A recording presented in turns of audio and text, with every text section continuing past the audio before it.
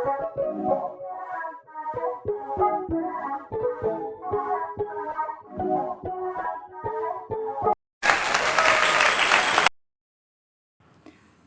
warahmatullahi wabarakatuh. Berjumpa kembali dalam YouTube pembelajaran jarak jauh tentang IPA, yaitu interaksi makhluk hidup dan lingkungannya. Semoga para siswa sampai saat ini masih kondisi sehat, menjaga pola makan dan pola tidur. Dan kita berdoa bersama semoga pembelajaran tatap muka segera berlangsung. Dan buat kalian yang masih memiliki semangat yang tinggi, luar biasa, langsung saja pada pembelajaran interaksi makhluk hidup dan lingkungannya yang terbagi menjadi beberapa sub pembahasan. Yang pertama, interaksi itu sendiri. Pemahaman tentang makhluk hidup di sini meliputi manusia, hewan, dan tumbuhan. Kemudian lingkungan merupakan kondisi atau keadaan di mana sumber daya alam ini ada di sekitar makhluk hidup dan sudah ada sebelumnya dan mempengaruhi kehidupan makhluk hidup. Misalnya tanah, udara, air, bisa juga di sini cahaya matahari. Dan untuk flora dan fauna ini sudah ada secara alami. Kemudian bagaimana interaksinya ya antara makhluk hidup dan lingkungan itu terjadi secara timbal balik. Lingkungan ini mempengaruhi besar terhadap kehidupan makhluk hidup. Kemudian di sini ada contoh di belakang rumah, misalnya ada pohon mahangga yang tumbuh berkembang karena faktor lingkungan, yaitu tanah, cahaya matahari, dan di sana ada serangga. Pohon mangga ini memproses makanan sendiri, maka menunjukkan bahwa di sini terjadi interaksi antara tumbuhan dengan cahaya matahari. Di slide bagian bawah nanti ada proses bagaimana tumbuhan mengolah makanannya sendiri, yaitu melalui proses fotosintesis. Berikutnya tentang ekosistem. Pemahaman tentang ekosistem di sini terbagi menjadi beberapa golongan. Yang pertama, kalau melihat dari habitat, yaitu habitat darat yang berupa sawah, ladang atau kebun, hutan, padang pasir, dan sebagainya. Yang berupa air terbagi dua, yaitu air tawar, rawa, danau, sungai, atau kolam. Dan air laut. Air laut ini laut itu sendiri dan tambak. Apabila ekosistem ini dilihat dari proses terjadinya, maka ada ekosistem alami yang sudah ada begitu saja, yaitu gurun, danau, hutan, dan sebagainya. Kemudian ekosistem buatan ini adalah ekosistem yang dibuat oleh manusia yang karena ada pemanfaatannya dan sangat dibutuhkan oleh manusia itu sendiri. Misalnya kolam, waduk, sawah, tambak, dan sebagainya. Nah, contoh dari ekosistem laut ini meliputi kehidupan makhluk hidup yang ada di laut dan lingkungan laut itu sendiri. Lingkungan laut itu berupa air laut, udara, cahaya matahari, dan makhluk hidupnya berupa ikan dan tanaman laut. Tentang ekosistem buatan, yaitu dibuat manusia, misalnya ekosistem sawah. Manusia sangat bergantung pada ekosistem sawah karena pada bagian sawah itu ada produsen, tanaman padi, jagung, atau tanaman yang lain. Kemudian konsumen, ini ditunjukkan biasanya pada hewan, walaupun manusia juga sebagai konsumen. Tapi dalam sirkulasi rantai makanan, ini disebutkan bagian kedua dari komponen itu adalah konsumen yang berupa hewan. Kemudian yang terakhir adalah pengurai. Produsen, konsumen, dan pengurai ini satu kesatuan yang tidak dapat dipisahkan dalam siklus rantai makanan. Kemudian di sini ada ekosistem air atau kolam. Nah, bagaimana siswa bisa membuat ekosistem buatan berupa kolam. Baik itu kolam itu ada di rumah atau kolam dibuat yang bisa dipindahkan. Misalnya dengan menggunakan kaleng bekas sebagai wadahnya untuk air. Kemudian ada produsen, yaitu ada tumbuhan air di mana makhluk hidup yang lain sebagai konsumen, ikan atau siput, ini memerlukan tumbuhan tersebut. Kemudian ada alat bernafas, karena pada kehidupannya ikan ini memerlukan proses bernafas. Dan kemudian ada cahaya matahari dan komponen biotik lainnya sebagai penunjang.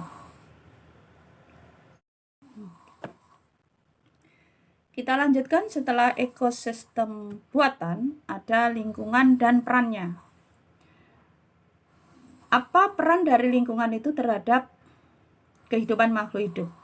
Lingkungan ini dibagi menjadi lingkungan biotik dan lingkungan abiotik, di mana komponen biotik berupa flora dan fauna ada secara alami. Misalnya di sini ada rumput liar. Rumput ini berperan sebagai penjaga kelembapan tanah yang dibutuhkan oleh flora dan fauna dalam kehidupannya. Kemudian komponen abiotik, di sini ada cahaya matahari, tanah, udara, kelembapan udara, angin dan sebagainya, di mana tanah merupakan wadah atau tempat di mana sumber zat hara ada di dalamnya dan dibutuhkan oleh tumbuhan. Kemudian pembagian satuan makhluk hidup dalam ekosistem yang terdiri dari individu yang merupakan unit paling bawah atau paling kecil dalam satu ekosistem. Artinya ada satu makhluk hidup yang berdiri sendiri di dalam satu kelompok tersebut. Ini. Misalnya ada pohon krisan yang tumbuh di sekitar persawahan. Berikutnya tentang populasi, di mana ada sekumpulan individu yang sejenis berada pada satu habitat yang sama dan tinggal dalam waktu yang sama. Seperti kalau pada sawah itu ada sekelompok padi, sekelompok jagung, ini merupakan populasi. Dan di sini dicontohkan ada sekelompok tanaman karet di hutan, sekelompok kul di sawah. Dia ada banyak kul di sawah yang juga berpengaruh terhadap kehidupan persawahan atau terhadap ekosistem tersebut. Kemudian komunitas, apabila individu beberapa populasi ini membentuk satu kesatuan dalam satu tempat yang sama, satu habitat yang sama, maka dinamakan sebagai komunitas. Contoh ekosistem ladang, di sana ada sekelompok tanaman ketela pohon. Ada sebuah pohon mangga, kemudian ada rerumputan di bagian bawah dan beberapa serangga yang melintas.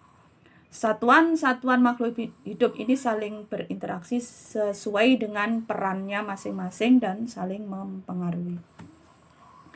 Berikutnya tentang pengaruh antar komponen dalam suatu ekosistem, yaitu komponen biotik. Di sini ada cahaya matahari sebagai sumber energi. Bagi manusia dan hewan digunakan untuk memperkuat tulang dan memperoleh vitamin D. Nah, bagi tumbuhan, energi matahari ini disimpan di dalam tubuh tumbuhan hanya 10%, yang 90% digunakan untuk aktivitas yang lain. Ada tanah yang mengandung unsur hara yang dibutuhkan oleh tumbuhan, dan tanah ini pada perannya atau ada pengaruhnya terhadap kehidupan makhluk hidup, dia harus memiliki tekstur tanah yang mampu menyerap dan mengedarkan zat-zat yang dibutuhkan oleh tumbuhan, yaitu menyerap air atau udara dan mengedarkan zat-zat yang berupa unsur hara. Sehingga tanah khusus yang digunakan untuk pertanian harus memiliki pori-pori yang cukup. Terlalu besar pori-pori seperti tanah pasir tidak dapat digunakan untuk atau dalam dunia pertanian. Kemudian udara di sini banyak mengandung zat-zat nitrogen, uap air, argon, neon, kripton, oksigen, dan karbon dioksida. Dan yang dibutuhkan oleh tumbuhan untuk memproduksi makanan, di sini karbon dioksida dan oksigen. Selain udara, air merupakan salah satu komponen untuk mengolah makanan. Tidak hanya pada tumbuhan, tetapi manusia dan hewan juga memerlukan air dalam proses mengolah makanan. Apabila terjadi kelangkaan di antara salah satunya, maka akan mempengaruhi kehidupan makhluk hidup. Nah, tidak serta-merta apabila terjadi kelangkaan, maka akan musnah semuanya. Tidak. Beberapa tumbuhan yang mampu mempertahankan diri karena biasanya akarnya itu mampu menyimpan cadangan air apabila musim kemarau panjang tiba. Namun ada beberapa tumbuhan yang akan mati karena akar-akarnya tidak mampu menyimpan cadangan air. Berikutnya tentang komponen abiotik yang lain, yaitu berupa suhu. Suhu udara apabila terlalu rendah, terlalu dingin akan mempengaruhi kondisi metabolisme makhluk hidup. Misalnya suhu udara rendah atau dingin, musim dingin, manusia lebih cenderung mengeluarkan air yang berupa sering kencing. Nah, kemudian ada beberapa tumbuhan yang pada musim panas berkepanjangan mereka lebih banyak melepaskan daun, Pak, supaya mengurangi terjadinya proses penguapan sehingga tumbuhan itu mampu bertahan untuk hidup. Berikutnya tentang topografi atau daerah yang ditempati oleh hewan atau tumbuhan. Daerah ini memiliki jenis hewan dan tumbuhan yang mampu hidup di daerah tersebut. Misalnya, domba yang memiliki bulu lebat, dia akan mampu hidup di daerah yang dingin atau bersalju. Nah, ketika tumbuhan kaktus berada di daerah atau topografi dingin, maka tumbuhan kaktus tidak mampu untuk hidup. Nah, biasanya tumbuhan kaktus ini banyak ditemukan di daerah panas. Selain suhu dan daerah, ini ada kelembapan udara. Kelembapan udara dipengaruhi oleh musim juga. Tentunya kebutuhan makhluk hidup sesuai dengan kelembapan udara. Apabila terlalu rendah, terlalu tinggi juga akan berpengaruh terhadap kehidupan makhluk hidup. Misalnya di daerah pegunungan yang memiliki kelembapan udara rendah, ini tumbuhan atau hewannya tidak mampu hidup di daerah perkotaan. Misalnya tanaman atau tumbuhan pakis itu tidak akan hidup, misalnya dibawa atau ditanam di tepi pantai. Sebaliknya tanaman yang ada di tepi pantai, misalnya tumbuhan bako, itu juga sulit atau mengalami hambatan apabila dibawa di daerah pegunungan, bahkan mungkin tidak mampu untuk bertahan hidup. Berikutnya tentang habitat air.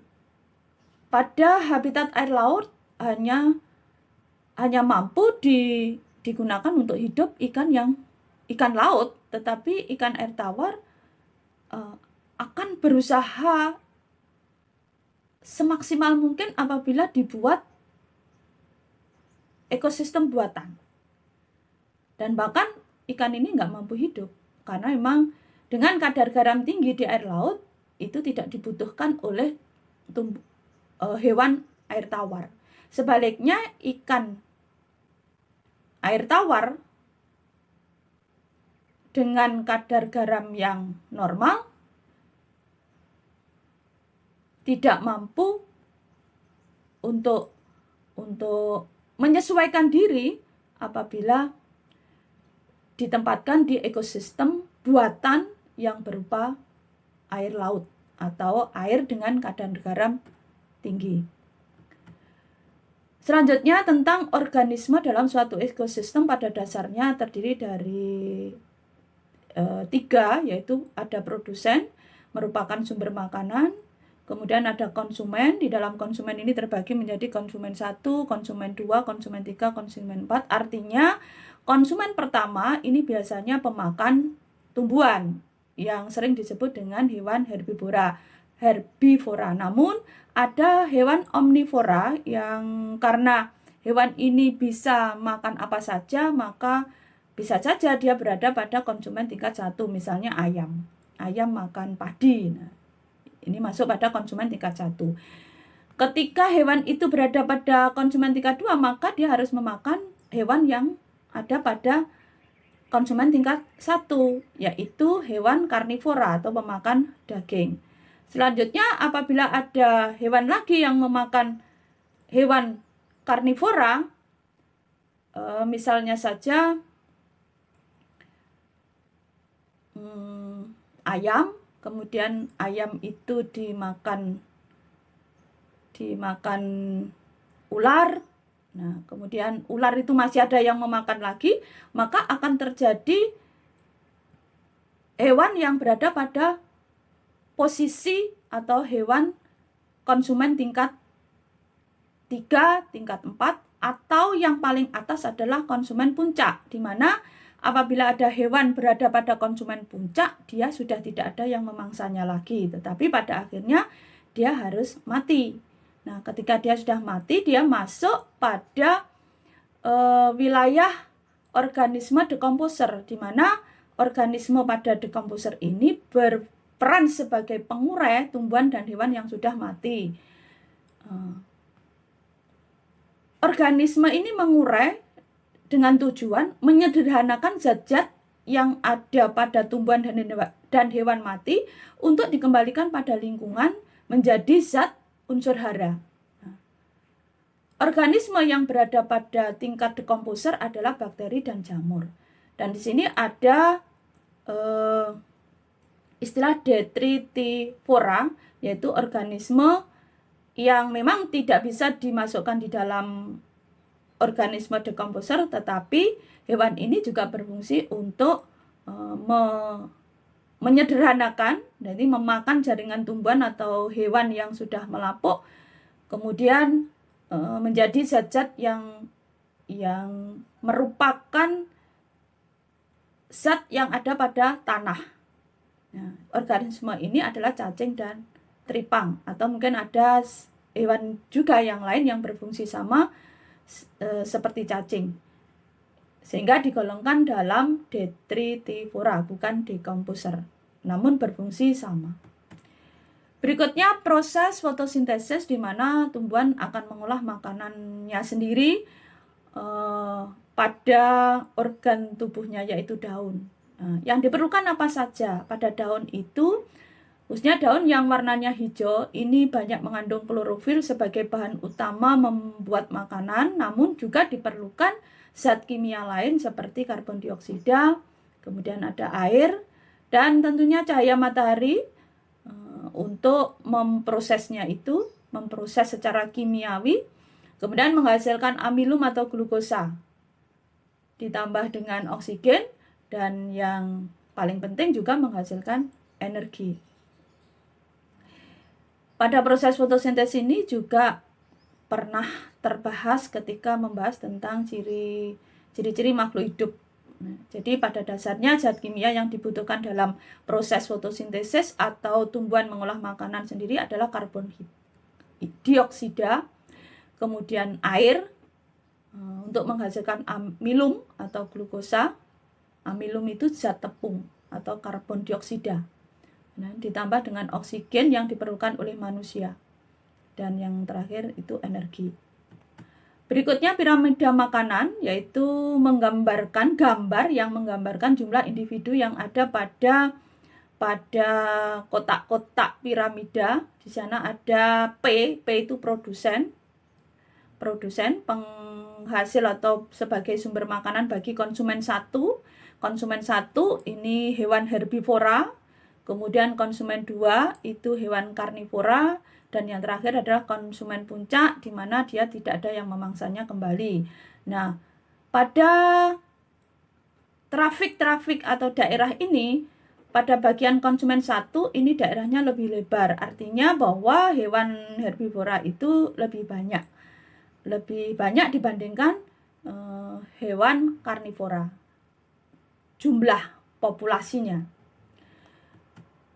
Berikutnya tentang rantai makanan atau sirkulasi, diagram rantai makanan. Di sini ada padi sebagai produsen, kemudian ada tikus sebagai konsumen 1, ular konsumen 2, kemudian burung gagak konsumen 3. Nah, karena burung gagak ini tidak ada yang memangsanya, maka burung gagak dikatakan sebagai konsumen puncak. Yang terakhir adalah pengurai, untuk menguraikan burung gagak yang sudah mati itu menjadi zat-zat yang dibutuhkan oleh lingkungan atau akan membentuk zat hara pada tanah. Sebenarnya pada padi itu konsumen satunya tidak hanya tikus tetapi bisa juga ayam, bisa.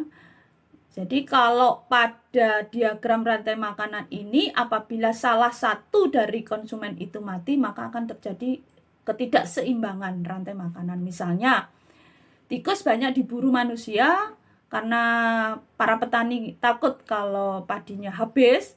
Nah, sehingga ular tidak memiliki makanan pada diagram ini. Tetapi pada kehidupan sehari-hari, ular masih bisa mencari makanan selain tikus. Misalnya, cari ayam.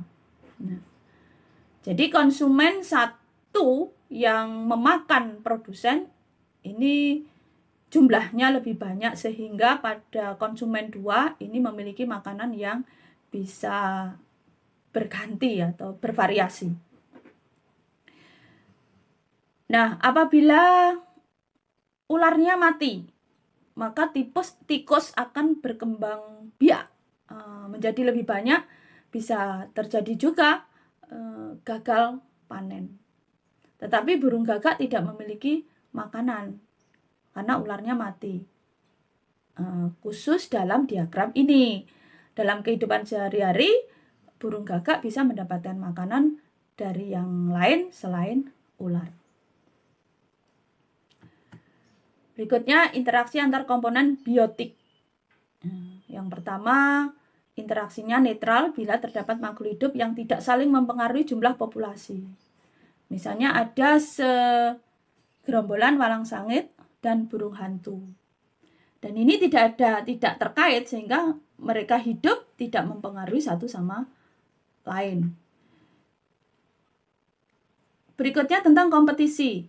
Makhluk hidup yang ada pada suatu ekosistem ada persaingan dalam memperoleh makanan. Sehingga apabila persaingan ini terjadi begitu hebat karena makanan sedikit, maka salah satu dari makhluk hidup tersebut akan mengalami kekalahan dan mati, tetapi tidak dimangsa oleh makhluk hidup yang lain. Misalnya singa dengan serigala. Berikutnya tentang predasi. Predasi itu dua makhluk hidup yang salah satu dimangsa yang lain, dan yang lain itu sebagai pemangsanya. Jadi ini sudah menjadi satu pasangan. Apabila nyambe itu ketemu dengan ayam, maka ayam itu akan dimangsa. Interaksi yang lain yaitu berupa simbiosis. Simbiosis mutualisme. Bila dua populasi makhluk hidup ini hidup saling berpengaruh dan saling menguntungkan. Contohnya bunga dan lebah. Lebah akan mendapatkan nektar dari bunga, dan bunga ini dibantu oleh lebah untuk melakukan penyerbukan secara tidak langsung ya. Ketika lebah berpindah dari bunga satu ke bunga yang lain, maka akan melakukan satu penyerbukan. Nah, ini akan bermanfaat buat bunga untuk membentuk buah. Simbiosis parasitisme. Jadi salah satu dari populasi makhluk hidup itu merugikan populasi yang lain. Contohnya benalu yang hidup pada tumbuhan yang ditumpanginya. Biasanya pada tumbuhan pagar itu apabila ada benalu, benalunya akan cepat sekali berkembang dan pohon yang digunakan untuk pagar itu akan mati. Simbiosis komensalisme, bila salah satu populasi makhluk hidup diuntungkan dan yang lain tidak dirugikan. Ada ikan remora, itu kalau tumbuh pada mulutnya selesai makan itu mulutnya itu kotor, dan ikan-ikan kecil itu akan mengambil kotoran dari mulut remora, dan itu tidak mempengaruhi ikan remora. Jadi ikan remora tidak merasa dirugikan. Kemudian simbiosis amensalisme. Bila salah satu dari populasi makhluk hidup itu terhambat dan yang lain tidak terpengaruh. Contoh, rerumputan di bawah pohon rindang. Nah, rerumputannya ini yang terhambat karena cahaya matahari yang akan atau diperlukan oleh rerumputan itu terhalang oleh adanya pohon rindang. Nah, ini beberapa buku yang saya gunakan sebagai referensi untuk menuliskan beberapa hal tentang interaksi makhluk hidup dan lingkungannya. Demikian apa yang bisa saya sampaikan. Mudah-mudahan ini bermanfaat buat kalian. Dan selanjutnya ada YouTube yang lain. Silahkan kalian nanti bisa mengikuti lewat link-link atau YouTube Endang Mujiana. Terima kasih atas perhatiannya. Sekali lagi, sehat selalu, semangat terus untuk mencari ilmu yang bermanfaat buat kalian di masa yang akan datang. Terima kasih. Assalamualaikum warahmatullahi wabarakatuh.